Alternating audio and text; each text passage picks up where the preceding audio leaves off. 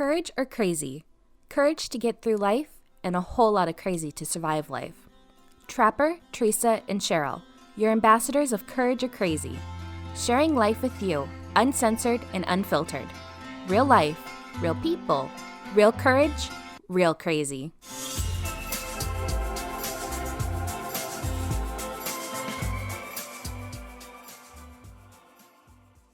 Hello and welcome to Courage or Crazy.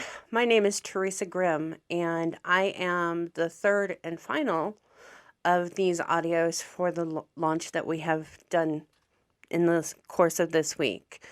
I came to Courage or Crazy very late, but the realization is Courage or Crazy has pretty much been my entire life. So we're going to travel back in time and I'll bring you forward really quickly because you got to know where I came from to know why it's important for where I'm at currently and why Courage and Crazy has just, it makes sense and it is something that I really needed to be a part of. So as you heard in Cheryl's, I am a Midwest girl at heart. I was born and raised in Omaha, Nebraska. We don't need to spend too much time on that, although it's great. But childhood, there were some problems. My father was abusive in multiple different ways, and I'm sure in podcasts I will be willing to get into more detail about those things. But basically, problems were a massive thing for me growing up with family, with the things that were happening, and as I battled internally with it, because you just don't talk about things, because you feel that you're the only one. You're the only person that this is happening to. Well, when you have that mentality and you start moving forward, you eventually get mental health is really bad. And I attempted suicide. I was 15 years old. And that was my first time. Come my third time at pushing 16 years old, and I took a gun and was going to kill myself that way. I really could not take it anymore. I could not I couldn't get past the pain that I was experiencing. And I pulled the trigger. Now, a strange thing happened that night, and it was the moment that I realized I truly believe in angels, because literally the bullet lodged in the barrel of the gun, right at the very end of the barrel. I don't remember it. I remember waking up. My mom is there. She said I called her. I have no memory of all that. But I was admitted into the mental institution that night and was in very bad shape, not because of any physical damage, but the emotional damage that had been done to me. Now, keeping in mind the age that I am at 53, mental health was not something that was very heavily talked about. It was, you just move on with life. You struggle, you move on, you go. That night, my very first night in the mental institution, in the hospital, there was a nurse who just kept talking to me. I had seen her before around because I had been in therapy. So that night, though, she's just very quietly talking to me. I'm not talking to anyone because I hate all of you and I can't understand why I'm not dead right now. I want to be dead. And she just started talking. I can look at your chart and see this is the third time you've attempted suicide. Little girl, when are you going to get it through your head? You're meant for something more. I ignored her. I ignore her. She keeps talking, though. After a couple of days, it finally does click in my head, because she's been going at it continuously. You're meant for something more. You need to figure out life is going to be about things not based on your time, but on someone else's time, on God's time. So, and she points out to me, she goes, and your first thing that should have told you that you should always carry with you is that night, you should be dead. I shouldn't be having this conversation with you. You should have died. And everybody knows that. And now you need to know that. So, in the promise of fast forwarding very quickly through life, I did get it. I got it.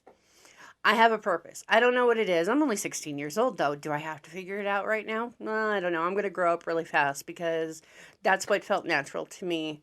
So I did. It was like I got better and mental health improved and, for a short time period, found my voice and was able to talk about things as soon as they bothered me because I had that realization. I am not the only person who is suffering. I am not the only person who is scared. I am not the only person who has experienced heart-wrenching, heartbreaking things. So you fast forward, I meet the love of my life. I just didn't realize he was the love of my life the moment that we first met. But thankfully, he was persistent enough to let me know he was the love of my life. We get married. He joins the military. We're off. We are traveling the world. Our first child is born in 1991. I'm 21 years old. We're in Germany. 1992. Here comes my second one. Oops. We're off from Germany. We're off to Hawaii. Well, technically, the girls and I are off from Germany by ourselves while Daddy finishes up in Germany. And then, oops, you got a separation. You're happy to see one another. Well, guess what? Here comes number 3. Alexandria Marie. I'm 24 years old, and she is born April 13th, 1994. And life is good, and I'm happy because when I look back at where I had been when I was 16 to where I am at 24, life is absolutely wonderful. I found my voice. I can advocate for myself. I have a husband. I have my children. Unfortunately, 7 weeks after Alex was born, the worst nightmare morning came. I went into Alex's room, and she had died. It was SIDS. And my world collapsed, completely collapsed in that one single moment. And I just lost it. The screams, the pain, it was all too much. And it was after her funeral and everybody had left. We're 6 weeks after her death. And I'm done. I'm back to 16-year-old Theresa again because I can't do it. This pain is so much. Who can live with this? How do people expect me to go on after this? And I did have another day. And there was a gun in our house. And of course, because of our daughters, my husband kept it in a lockbox. And I was going to the closet to grab the gun. Instead, my camera bag fell on my head. Now, I'd been doing photography. I always viewed photography as therapy. I would take photos of things when I was a teenager. Well, it hit me in the head.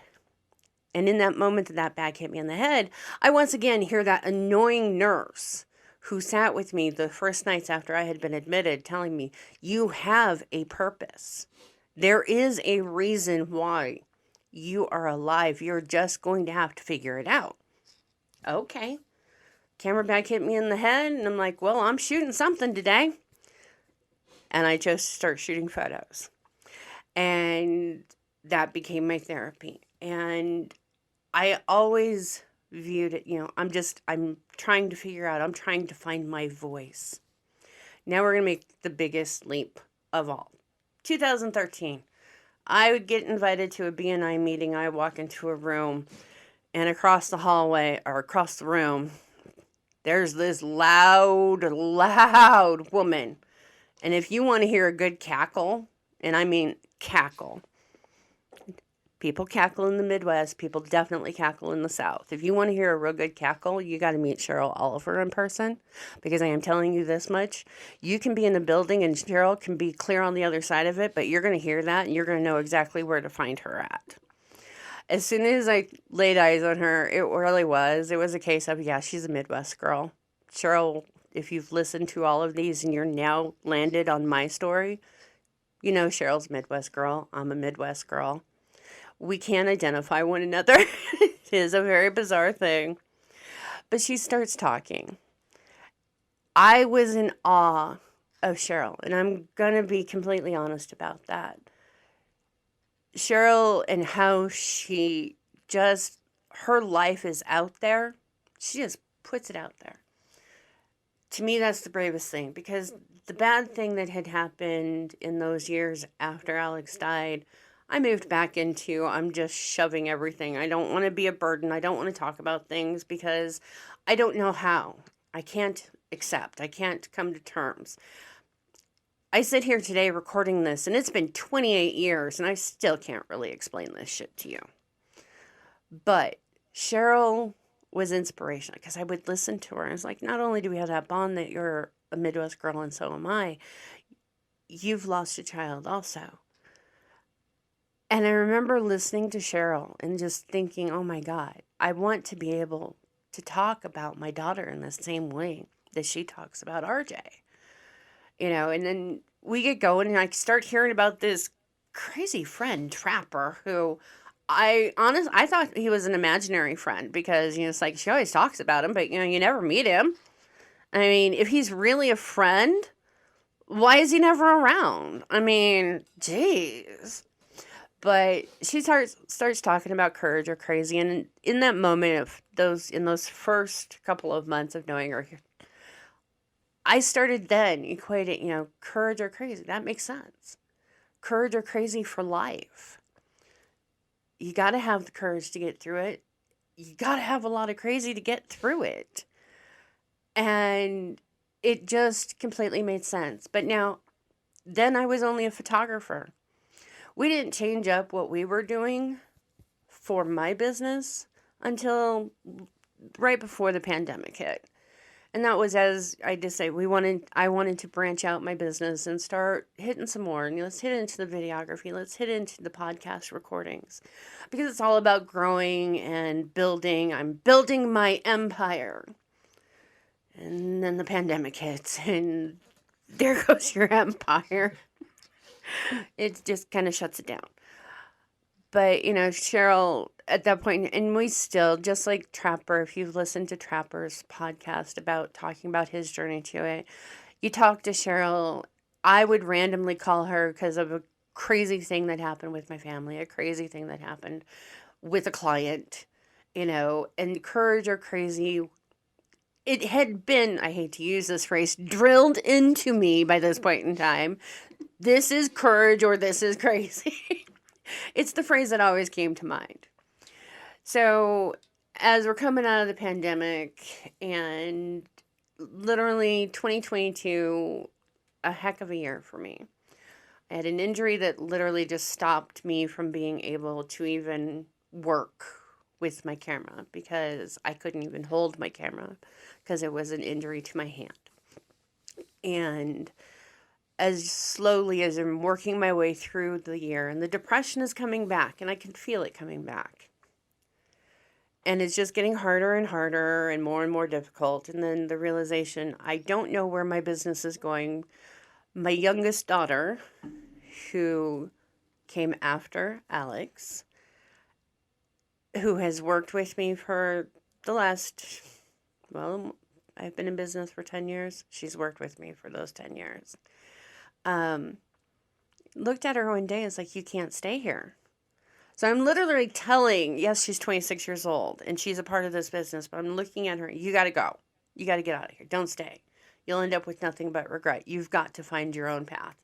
And she looks at me and she goes, why? I go, because I've got to find my path. And I still don't even know what my path is. And I am 52 years old at this point in time, steamrolling up on 53. So September of 2022, I'm starting to try and piece it together because I literally have had some scares because of my own mental health and acknowledging I'm going downhill. I've just got to figure out what is it that I'm supposed to be doing, because I've always known I'm supposed to be doing something. And the thing I kept hitting on leading up to having Cheryl come into the studio was, I'm supposed to be doing something. I'm supposed to be doing something that makes an impact on this world. I'm supposed to be doing something, but I don't know what it is.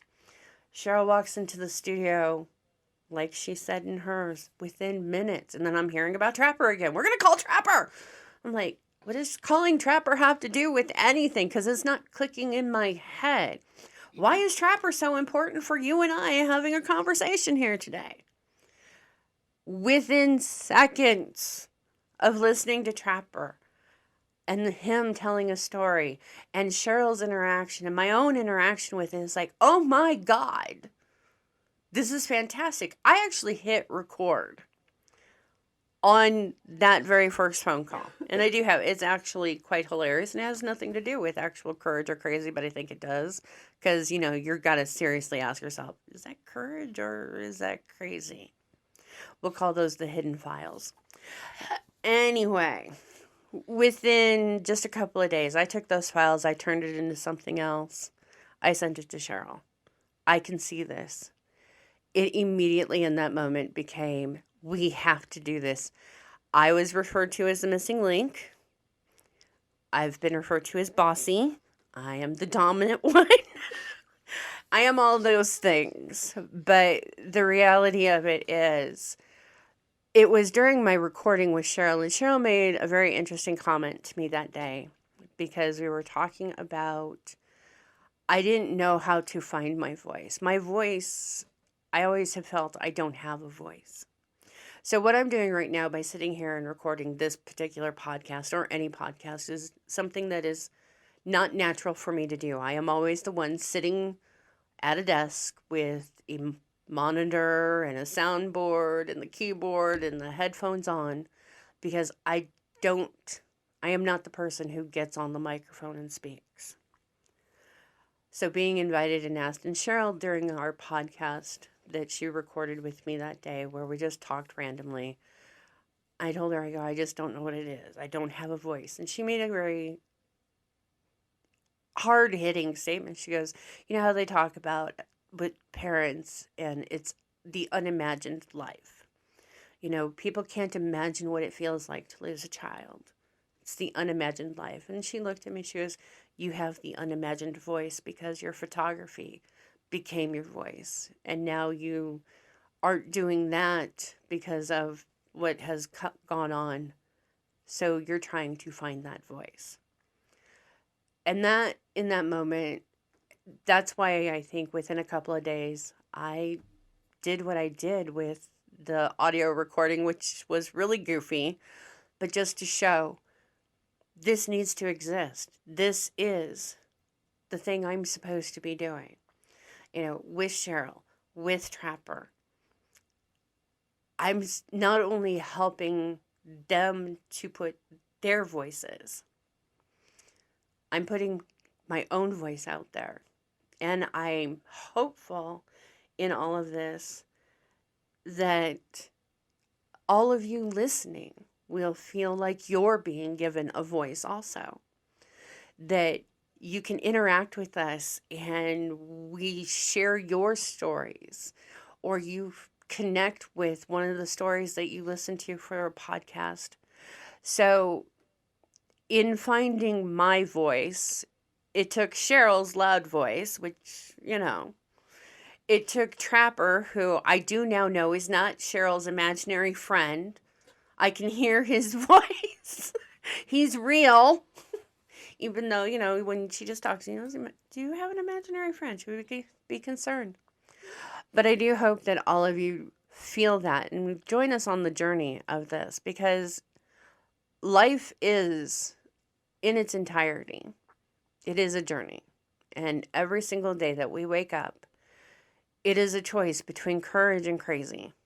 And on any given day, it's going to take a whole lot of courage and even more craziness to be able to even get through it.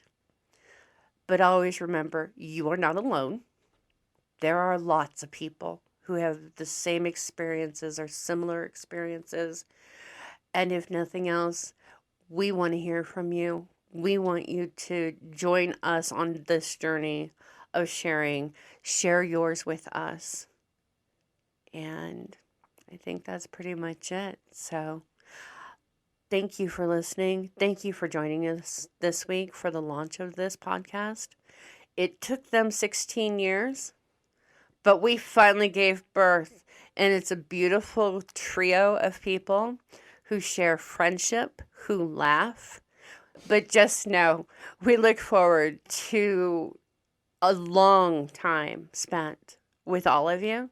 And thank you so very much for joining us on Courage or Crazy.